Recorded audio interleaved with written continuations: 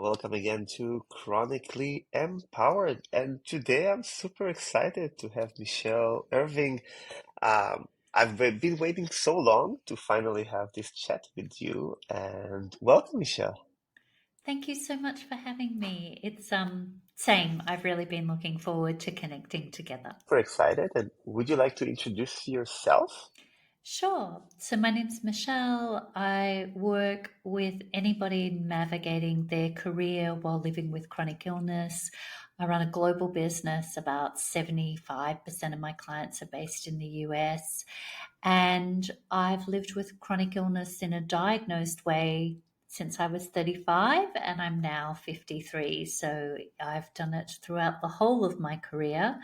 And I would have to say that now in my 50s, I'm probably having the time of my life, both working, living, and also in pretty good health. This is actually very encouraging because I feel that many of us, people suffering from chronic illness, we have this different kind of FOMO.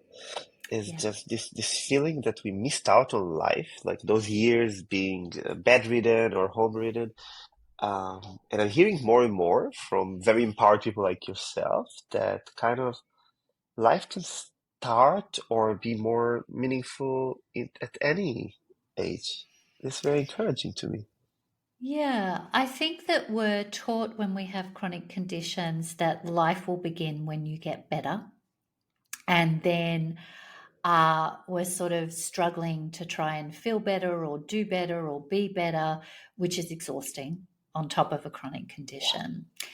And I think mostly, yes, there's always a physical component, but there's a lot of mental and emotional pressure that is exhausting most of us. And it's actually about learning how to navigate that component of our experience, both ourselves, but also with family, with friends, with clinicians, with colleagues, just that part of the experience. If you can get the skills to work out how to do life in a way that works for you, then things can dramatically shift in your sense of well-being regardless of what happens. This is super interesting. Can you expand a bit more on that? Sure. So I think one of the things is that we have a really totally ridiculous story of illness in culture. So wellness is seen as a virtue and it's all about being well in our culture, despite the facts that we're humans and we're made of biological material, which is designed to break down. And some of us have that experience early in some ways. And we're told that it's really over, that there aren't any dreams, that when you feel better, then things Yeah. can begin. And that adds an extremely problematic emotional system for us because we give up hope. We spend a lot of time performing wellness for others or trying to prove that we're trying to get well. And we really attack chronic illness the same way we would, in most of our cases, attack work. Just push, push, push, push, push. So that layers into us an enormous amount of internal and external pressure that we're contending with every moment of every day. When we have a story of illness, which is this is part of my experience and this is what works for me in my body. This is the timing that works. These are my natural gifts. This is where my energy genuinely is. This is what lights me up. This is what exhausts me. This is what drains me. When we have a real clarity about that and we tune into what helps, and my number one question is, what helps here? Exactly where I am. What helps here? When that's the question, then you're getting much more interesting data, much more emotional empowerment, and then things become more possible through that reorientation. But these are very, very deep questions to have with yourself. This is very insightful. And also, I really like your calm demeanor because it's refreshing, you know. Firstly, in our profession, sometimes you feel you need to kind of shout to be heard. So I really like the way you're presenting this very delicate subject. And I think that the mental strain is something that is rarely been talked about. You know, the common conversation I have with people who are struggling is that kind of prince waiting to be rescued. You know, this is what I hear from people, or Yeah. princess. Yeah. Um, and I rarely see responsibility taken. And even when I do, it's usually very, very on point of something that is more, I will get this referral or Yes. I will get this medication. But if you use the same energy, which is important, of course, the health navigation part is Yeah. important, but if you channel the same amount of energy in working on a way out, as we speak, I think it might be beneficial for you. I wouldn't say more, you know, it's very delicate to kind of blame people for wanting to get better in the traditional medical way because this is what we all do. I'm taking medication. Yeah. I'm taking I'm relying. medication. I'm completely, a big advocate for the fact that you should firstly receive medical advice and act upon it and be 100%. critical, of course, and use supplementary and complementary medicine. But eventually, this dedication that my peers have for leveling up, kind of, in their medical journey, and I'm saying medical journey, not health journey, intentionally. I will get this. Okay, now I get this medication. Oh, now I got Yeah. this treatment. And I wonder if, in your opinion, is there a better way to channel those very, very limited amounts of energy? So I think it's not about what we do with it. I think it's about how we do it. And so I'll give you the example. Uh, I was given medication very early. I have an autoimmune condition of my liver. And what that means is that I was diagnosed very early and it was treated with the inflammation, it was treated with steroids. That knocked me out and I slept 18 hours a day at 35. And I was like, this is not on. So we tried a number of different medications. In the end, if I didn't take medication, the prognosis was within 5 years, this would be irreversible, organ failure, dying. That's where it was going. And I was really looking at where I was and saying, well, without medication, I've got 5 years of good health and I'll take it because that the quality is not appropriate. But I stayed under medical assessment. I didn't opt out completely. I made an agreement with my clinician to be monitored. And the number one thing I see about clinicians in my self for me and that I share and teach is they are the advisors. Now, when they came to a point where they said, you really have to take medication and you don't leave the hospital without it, I knew that that was the point that I would take medication. And then what happened for me was in those 5 years, and it ended up being 7, new medication came on the market. And that was it. I'm on the same medication then as I am now. I'm extraordinarily robust. Yes, my immune system's suppressed. Yes, if I get a cold or I get the flu, I'm down for much longer. No one can come see me if they've got a cold. That's an absolute no. But overall, the medical team for me is the advisor and I'm still the decision maker. And so that's how I'm using the energy from this place of what I think of as sovereignty. And this is my life. It is my life. And I do get to choose and make choices about it.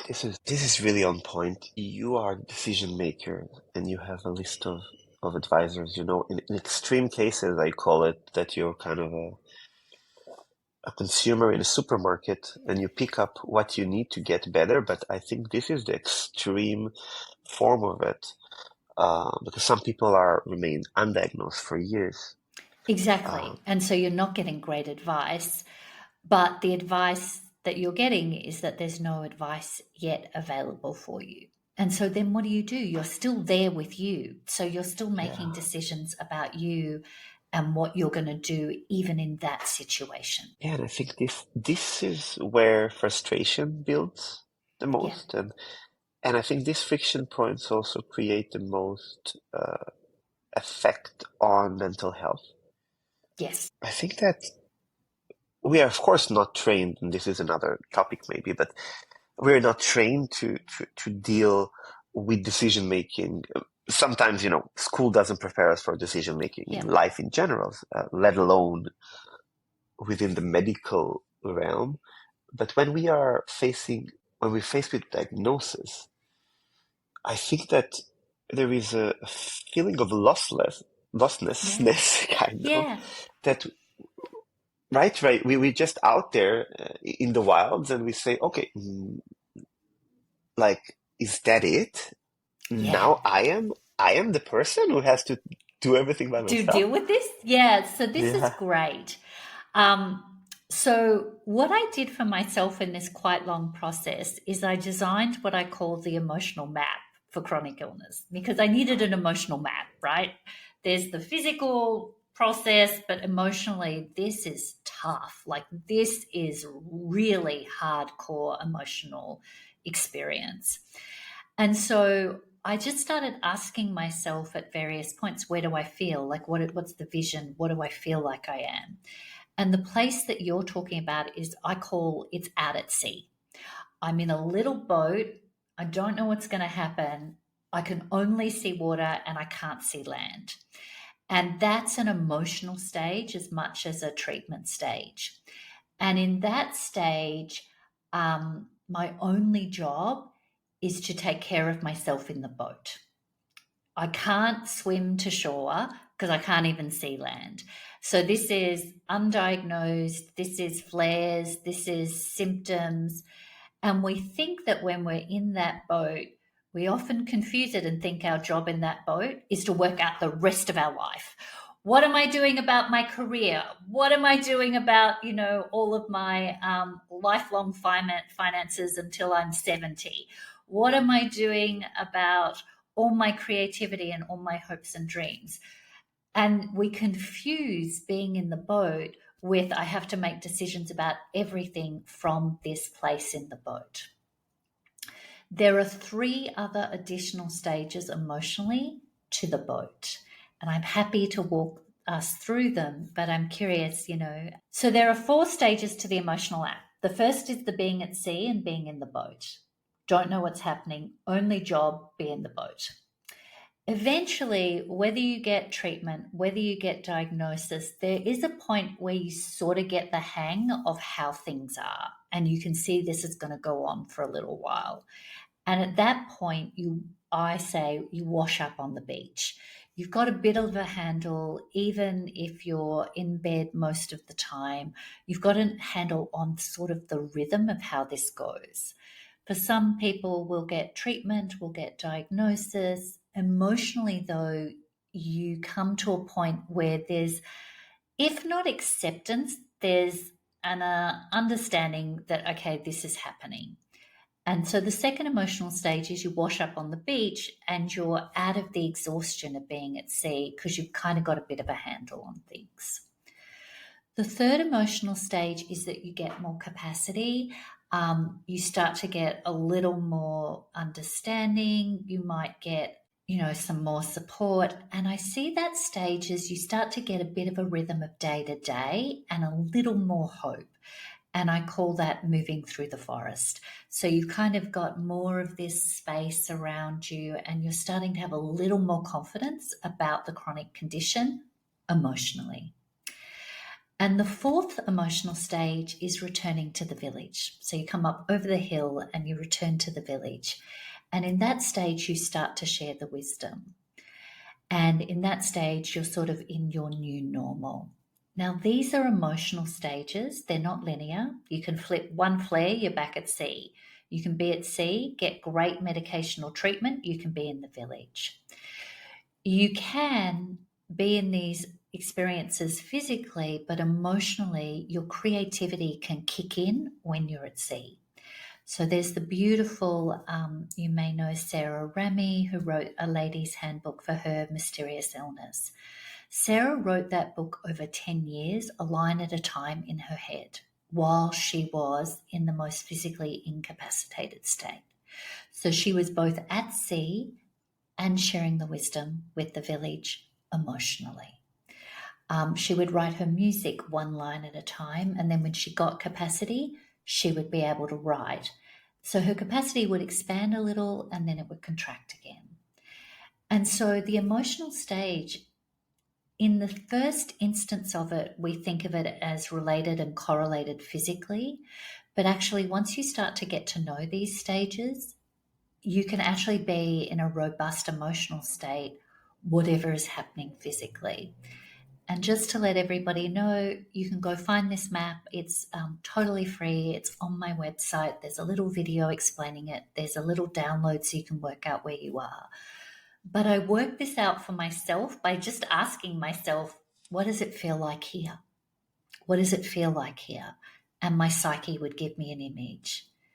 And then I built the map to understand how to deal with the emotional stages. So firstly, I will attach the link to this map. It's you know it's making so much sense to illustrate it in this way because, and I think it's beautiful because it's so hard to simplify Yeah. this overwhelming experience that we are sharing. And I think tools like this is exactly what we need. And you mentioned Sarah Ramsey's book. The journey is often fragmented. So Yes. people think it's linear, right? People come to me after my talks and say, "Wow, like so got sick, and then you decided to get better, and then you got like Well it's done. Good on you. Sort of as if yeah, this was all designed this way.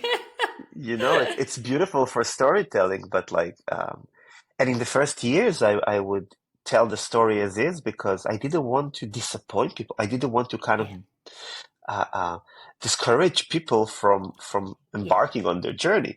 But the reality is that you have relapses, and you're thrown to sea, and there are storms. It's Yeah. not always calm and relaxed out there. No, and I think what we need to be is equipped for the experience because we live in we're a biological being.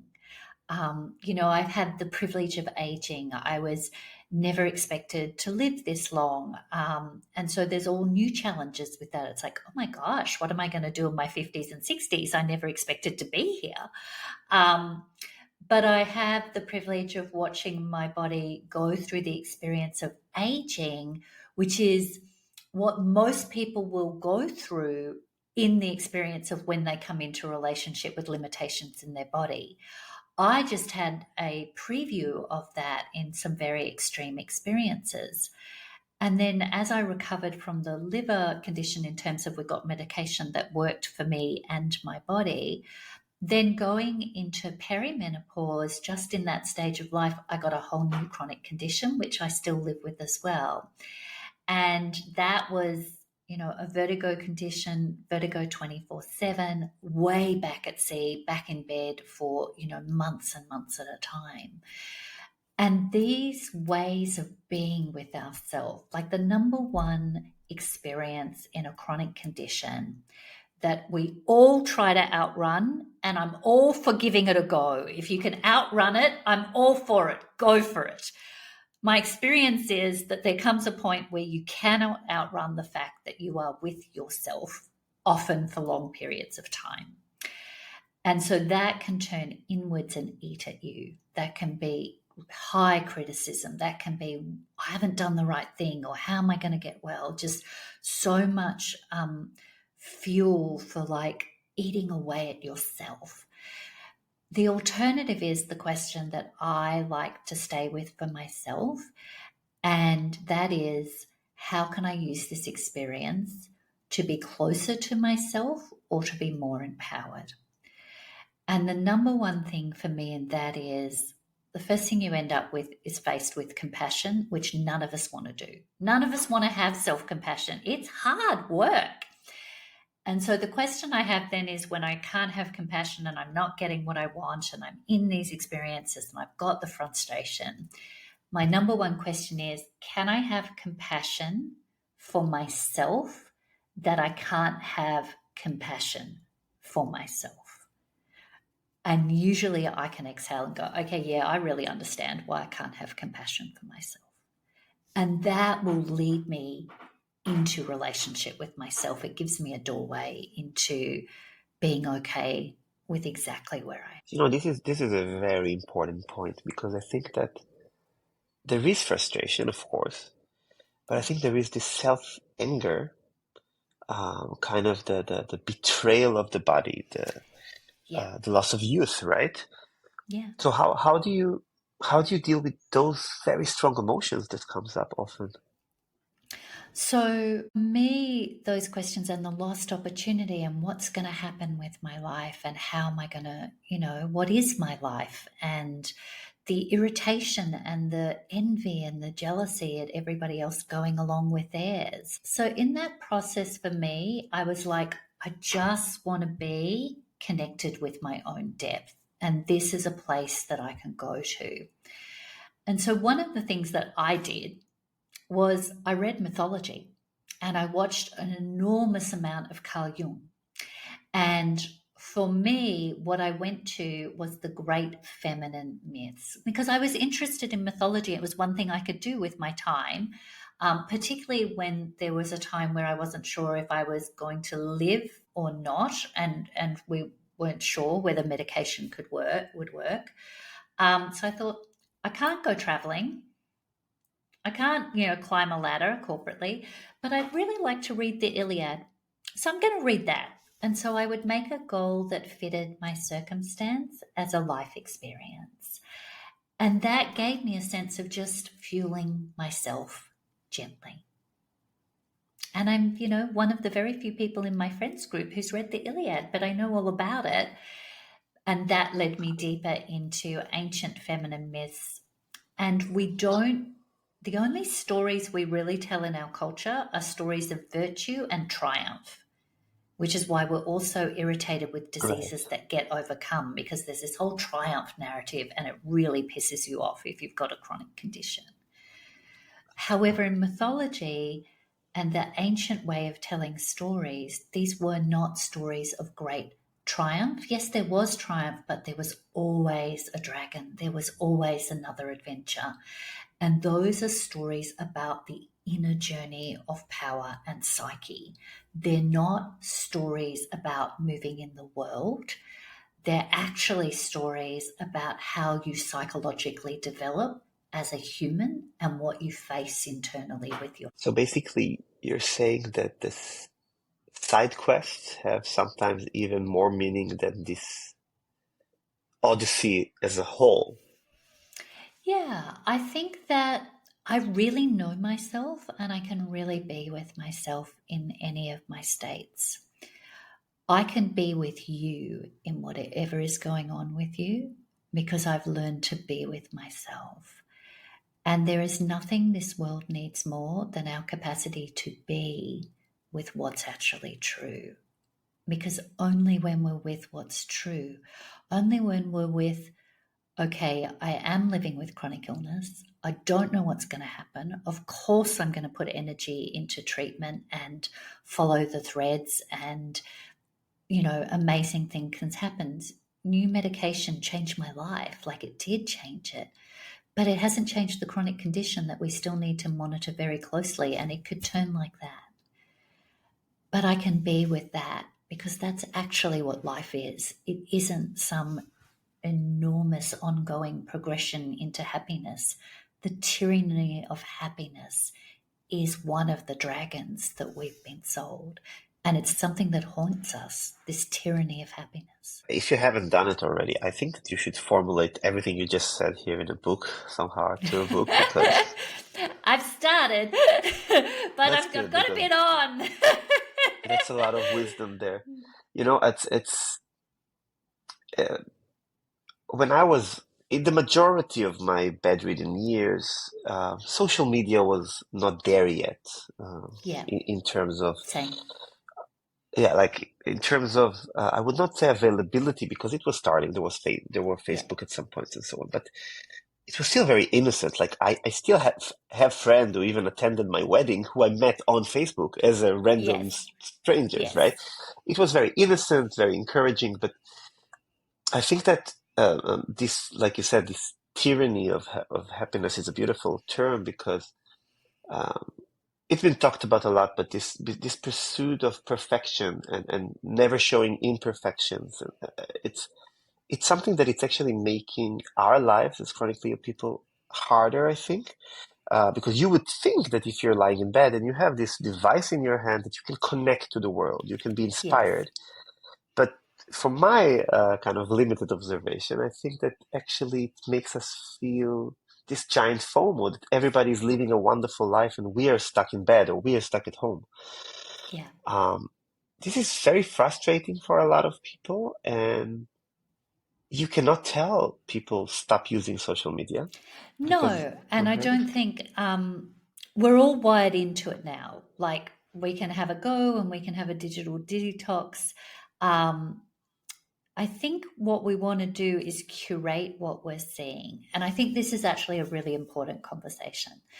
I think what we want is to be connected with people who resonate with our values and who give nourishing energy to us. And so here's a couple of things. One is social media is how we met. We met on LinkedIn, but it's all social media. Social media is how my clients find and connect with me. Social media, each year I run a summit called the Pajama Interviews. It's so that we talk with people, but who have resonant values. I've met women all over the world, and now I've started to have men in that all over the world. And I curate who I'm in relationship with. We're going to be raw, we're going to tell the truth, but we're not going to sit in the spiral as the only option for life. And that is what can churn you, I think, with chronic illness is it's not about a whole lot of woo-woo that makes you feel like anything is possible if you just think the right thing. That's not what it is. It's about being in relationship with people who are sharing content, practical experience about what is possible and the how in ways that actually work for your ambition, for your desire and your body that's possible. And it's very important to, yes, be recognized and validated in the experience you're having, but to be very careful about your energy following a whole lot of moaning and a whole lot of victimization in a way that it's therapeutic to go into what is being felt, and you don't want to get stuck in a cul-de-sac because you want to explore what's there and use that information to then make practical choices for your life. And that's how you want to curate it. And as I'm talking about this curation, we're talking about social media, but this is my life. Like we all want to curate our lives this way because it could be whining, not invalidly about chronic illness, but we don't want to spend the time in the same way that people are mulling over whether the latest shoes fit, or like there's so many things that we as humans can spend our time wasting our energy on spending time in a spiral. And you've got more in you. There is more for you in this world than that. You know, Michelle, it touches very kind of a sensitive point in me because it took me around 2 years to write my first book, Revolution from My Bed, and it was maybe the hardest thing I've ever done Yeah. because I had to dive deeper in back into the abyss, at least Yes. emotionally and figuratively. It was not a relapse time, Yes. but when you relive those experiences, it's sometimes even harder. in a It way, is. to reflect on what you lost. And of course, we want to talk about what we gained. But after all this journey and many edited, like, there was a team that edited it and everything, and then you realize that there was something there that was very static still, like the Yeah. book is about my journey. Yeah. And because I was not brave enough to um, to share wisdom, I resorted into sharing what helped me. But I feel that this writing process still came from within the spiral, Yeah. I understand. Yeah. and this is It's why a my new processing of the yeah, process. exactly. Um, but there are emotional stages, and it's sort of like the map. You started to share the wisdom, uh, but you will go round again and gather more, and there will be another return to sharing the wisdom because that's life. That's what your 20s are, that's what your 30s are, that's what your 40s are, that's what your 50s, your 60s, your 70s. Like that is what life is we share from what we have in that moment, and that helps who it's to help, and we connect with who that helps, but it moves forward. There is the beauty of all of us is that we deepen in our wisdom. That's the natural way of things. And there is wisdom, I'm certainly aware. I don't think age is necessarily the marker of wisdom. I can be mentored by somebody in their 20s as powerfully as they might be mentored by me. We're just having honest, authentic relationship about what it is to be human. That's all it is. It's just talking That's all it about is. human and being messy, and that's what humans are. I wish we had this conversation a long time ago, Mm. because it's a very lonely journey to be the skipper of your own boat there. And especially when you look back, you look behind you, and you see many, many little kayaks and boats Yeah, and rafts that are following you and are looking at you in a way that, oh, this guy has triumphed over illness. And yeah, I stopped doing those keynotes like 10 yes, years ago. When I started my speaking career, it was the guy who had a mysterious illness and he found the diagnosis and rehabilitated himself, and now is a world traveler, trotter, yeah. Sorted. and Life is sorted. only going to be happy. It's everything is solved for the next 40 or Perfect. 50 years. Exactly. And then the reality of life is that you're not kind of landing softly with this kayak on the boat. I Yeah, crashed uh, into the shore, into those rugged, uh, uh, um, yeah. like uh, it was it was harder than falling ill in the Yes. first place. Yes. Yes. Because of the story. This is the story of illness. It's like, well, then if I get better, that's it. I've triumphed and will be well. And then because we have such a rubbish story about being ill, we're terrified of the relapse as well. Yeah, And that haunts us rather than bodies break down. This is part of the experience. My capacity will expand and contract, and I know what to do when I'm out at sea. I've got my tools. I know what to do here. I know what that time is for. And then I'm less afraid of being there. it's like the British government is publishing every few years like this ship captain's manual for emergencies.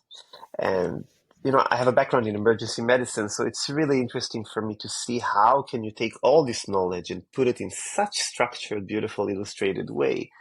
And I wish we had our own manual, Yeah. because I think that this is more realistic to look at it as a journey that you have side quests and you have some setbacks, but when you look at it in a very linear way, it's very easy that this linear line is more likely to become this loop in a roller coaster. Uh, and Yeah. I wanted to kind of, because it's very interesting uh, uh, to hear about your views about it, and I want to hear about how do you channel it to support the women that you work with because you're doing something quite unique in our realm of patient Yes. empowerment. Yeah. So what I found is that I I mean my illnesses became public in terms of my capacity. I was, at the office and then I was gone. Like it was like quite dramatic in that process. But people watch me come back and I return to work 5 hours a week spread over 3 days. So it had a public process. But I was very clear about navigating it for myself in what I call my sovereignty. And then what happened is people would come and disclose. So I would be at the photocopier, or, before we all worked from home, I ended up working remotely for a decade and negotiated all of that. But people would come and disclose. And so what I learned was I never set out to be in the chronic illness industry, which it is now. It is emerging into an industry because we're all starting to be in our power through it. But people would come and ask me how I did it. And so I would teach them. And over time, I have systematized that so that it's much easier for people to come and find what they need. And so there are self paced programs that I have on the website. The map is all available, the emotional map's free. And then you can take a digital program. And then what I learned through word of mouth, people kept coming, is that career was the hardest thing in capacity. And I knew that because that's where I'd learned everything. And I was so passionate about us having a different world in which we work in ways that work for our body. That's the number one thing. And so I designed programs. Our next round for the last one for this year will run starting the 29th of July. And as I designed that, I again designed a map for your career. And one of the things about that is we often think of the time in bed as there's either you're in your career or it's over. When in fact, I feel like you're off ramp from your career into bed or being at home. And then slowly you might on ramp back into your career. But that time off ramp is usually the time where you're sifting and sorting what's important to you in your life. And that deeply informs the other stages of your career. And so when I thought about this program, I'm very intuitively driven. And so the word that kept coming to me was elation. And I was like, I cannot call a career program for people with chronic illness elation. That is just really not on. And so I was with myself saying, why is it that that's the word? And the reason is because when you can do things in ways that work for you and your body, the feeling is elation. That actually is the feeling. When you can work again, even at 5 hours a week when you haven't been able to, the milestone is elation. And so that's what I've done is just take what I've learned. And I have this unique skill to be able to design a map and a process. And I'm not teaching you a formula. I'm always pointing you back to your sovereignty, your wisdom, what works for you, so that you can work and curate your path forward. This is not think this, do this, eat this, dream this, and stop doing this. That's not what it is. This is your power, and this is actually bringing you into a relationship with your power. And I teach you the tools for how to get to that for you. This is really, really insightful because this one size fits all, it's really not working in any field, I think, but especially with chronic illness. You're working with a lot of career women who are, being CEOs or leaders in their communities, and it's sometimes twice as hard to deal with those both self-judgment and the work environment Absolutely. judgments. So I think, sometimes when I speak to people like you, I feel that um, even myself, I fell into this. uh, linear advice or wisdom sharing trap, because sometimes I'm writing stuff like, you should do this, and then I feel, firstly, who am I to say you should do something? And second of all, this advice probably is not going to fit everybody in every stage. And this is why I think that this facilitation or more coaching base and custom made is much more fitting people that are in this constant dynamic journey, right? And I myself, I'm shifting into more of just being honest and vulnerable and sharing my experiences instead of telling what to do. And I wanted to say that really the reason that I was kind of forced into giving advice in my first book was because um, neither nor I or the team working with me were brave enough to just have a raw story. It Yeah. had to be this non-fiction, it's another Yes. shablon. Okay, like, yeah, now Yeah. you shared your story in this American fashion of you share it for a few chapters, and now you have to. We say in Hebrew, I'm Jewish, that the rabbi is standing in the synagogue stage and he is preaching the Bible. Yeah, Yeah. now it's your time to preach.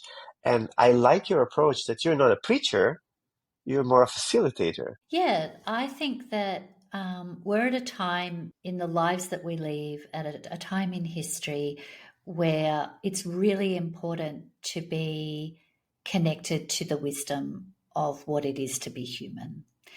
And it's a very messy endeavor to be human. And there's a lot of critique in our culture about just what is normal human experience. Feeling anxious, normal human experience, amplified by a culture.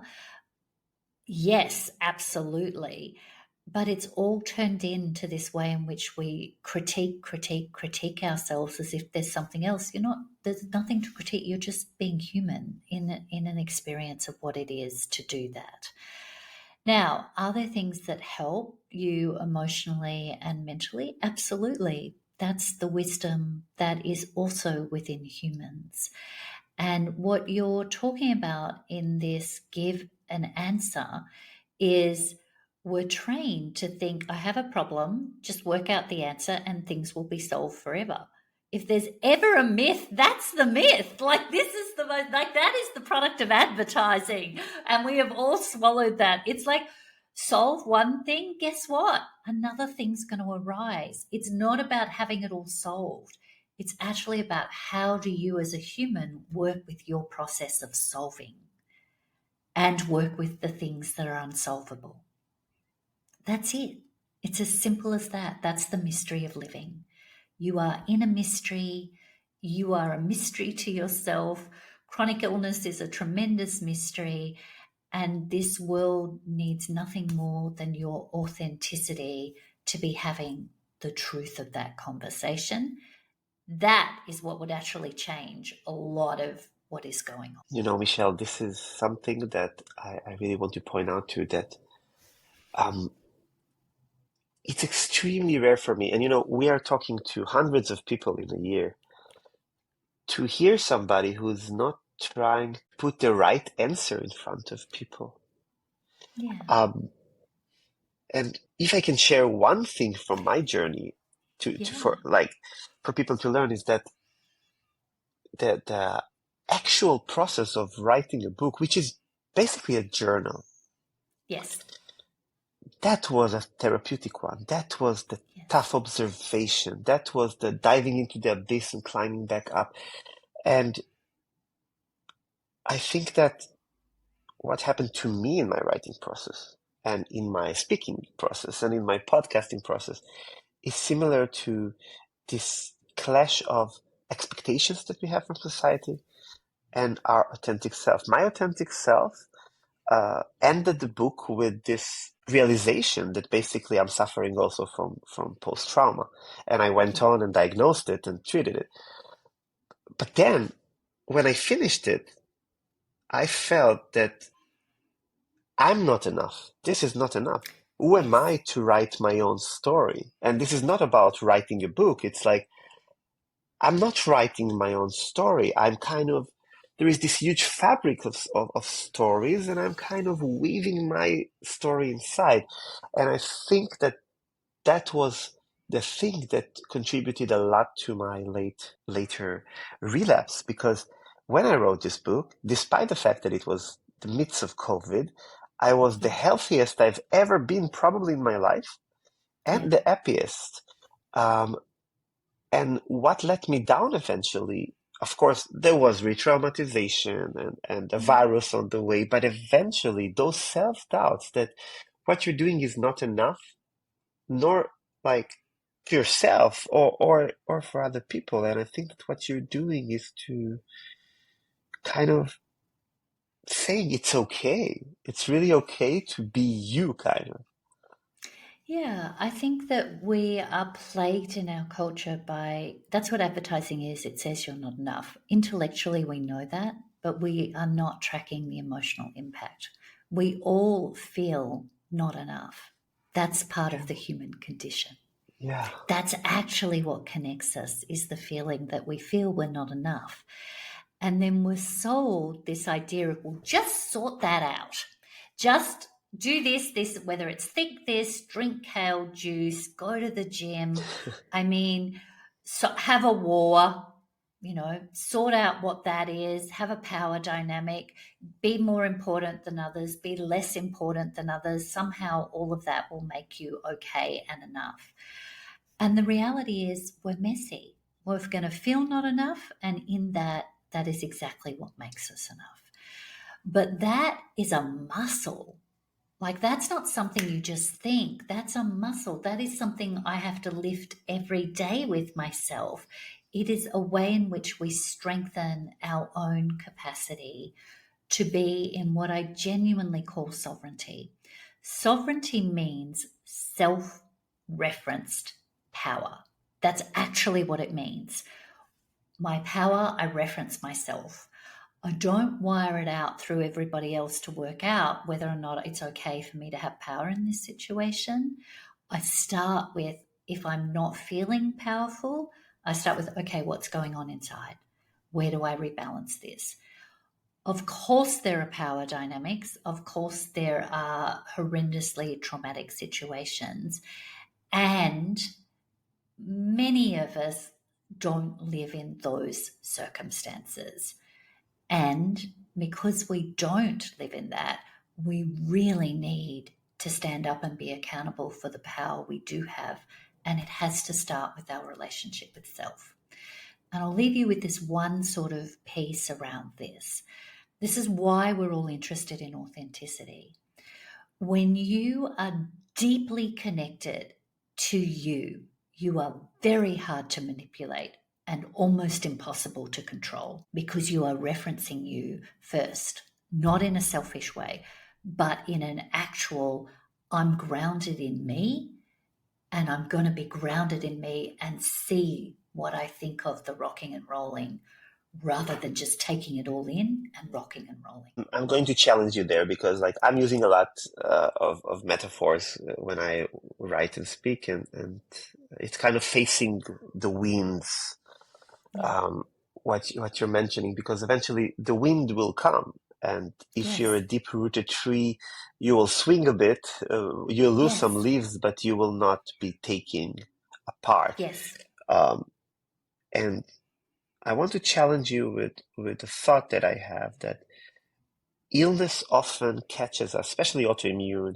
in those very vulnerable ages It of does. late teenhood or early kind of maturity. And my question is, when we are facing this in those delicate ages, do we have enough tools to mitigate it to a point that it's not taking us all the way into bedriddeness? Absolutely. Because, and I'm not dissing the fact that people are very sick. I'm just saying that you can see people with the 100%. same level of illness that are less functioning and more functioning. Yeah. And I think you raise a great point. Um, we don't feel this way, and illness can sort of sweep us off our feet. The skill that you learn through illness is you will get boundaries through illness. Like you have to get boundaries for survival.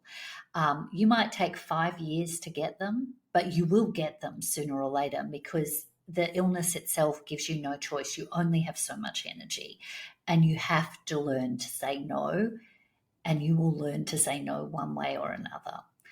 And I agree with you. Having been a teen in quite an extreme situation in my family, I knew that I didn't have the power to leave home at that point in time. That wasn't part of the choice that I had. But I did have the power internally to know that I could make it through the experience and I could leave at 17. And there is wisdom in all of us at any age. We just don't live in a culture of cultivating wisdom and seeing that as the purpose of living.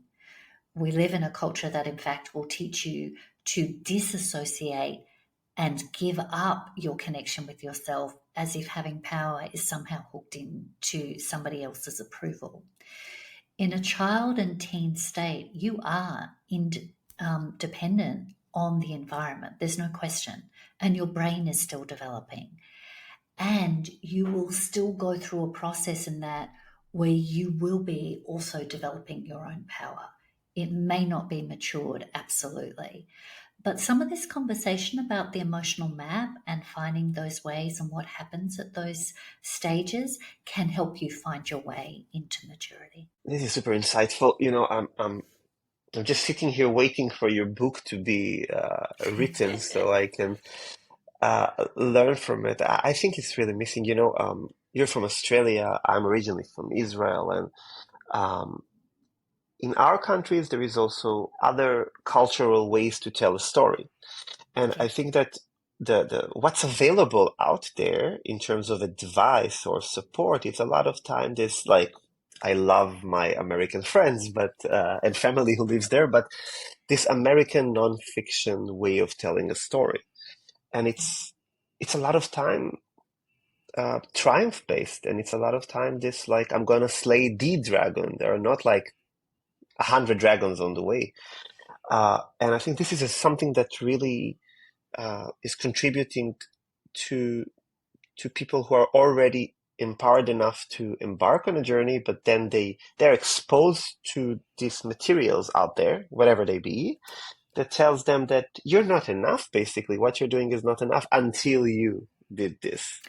Yeah. And look, just coming back from the US, and this is something you and I share of that digital nomading experience. And as I said, the majority of my clients are based in the US. My experience is that humans are hungry for actual raw truth and what is real everywhere, and no more so than in the US. Most people I speak to and meet know that the system is dismantling and destabilizing them at a very core level. And it is, when I'm talking about navigating your career with chronic illness, I am talking about it mostly in an American culture, which has the worst corporate culture for navigating illness. Like it's just um, is horrifying to an outsider, and it's horrifying to the people living in it. However, I also see that these tools will teach you how to navigate that, and that's certainly my experience. That what if all of us need is this connection to power, even in a culture that tells you your only power is triumph. It's a lie. You know it's a lie. We know it's a lie. And you can get caught up in that, but you just need to consume and feast on things that nourish you and really understand that your knowledge that it is not right in America. um, there are some incredibly abundant, powerful things about American culture. And there are some, the health system is very, very, very difficult. And no amount of thinking yourself positively is going to wish away a $35,000 emergency department bill. So there are other resources required in that process. That's just true. Like that's just true. And how do we move then in that experience? And that's really about what can we do in our own lives and where can we influence what's important to us. And one of the primary things in a US culture is to understand those clinicians are your advisors. There's a huge culture around clinicians in the US. Yes, in other countries, but in the US, and that in itself, they are your advisors. You are the decision And I maker. think that this is probably the best note to end this beautiful hour before we're moving to the last question, because you are the decision maker, and I think this is our role as people who are trying to empower other people, that eventually to help bring them to this decision that they are the decision makers and they have abundance of advisors around them and service provider. I don't like to call it service, but it's so abundant out there. You're like you're in a forest and there's so many fruits to pick. Like you'll never go hungry. And Yeah. And you need the tools. We're not saying it's just about it's okay and yeah, it's all up to you and just sort it out and see yourself as an advisor. There's tools to build yeah, emotionally to hold that position. Um, and that's what you and I have learned in our own experience is how to cultivate some of the tools. And that's what we're sharing. absolutely. And I'm also trying to bring my kind of notion of the voices I've listened to and heard over the years to decision makers. And I think Yeah. the good news is that they're starting to listen, because Yeah. eventually they are affected by chronic illness themselves and their families.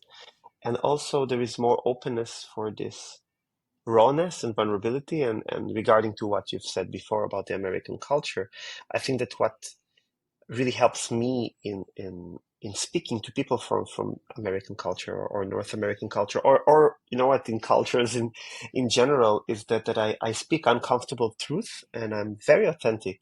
I'm never insulting anybody, but I think that this is something that is uh, helping to changing the narrative, because if you speak only corporate language, you will never progress anywhere. Um, and that leads me to the final part of our episode today. That has been extremely insightful for me.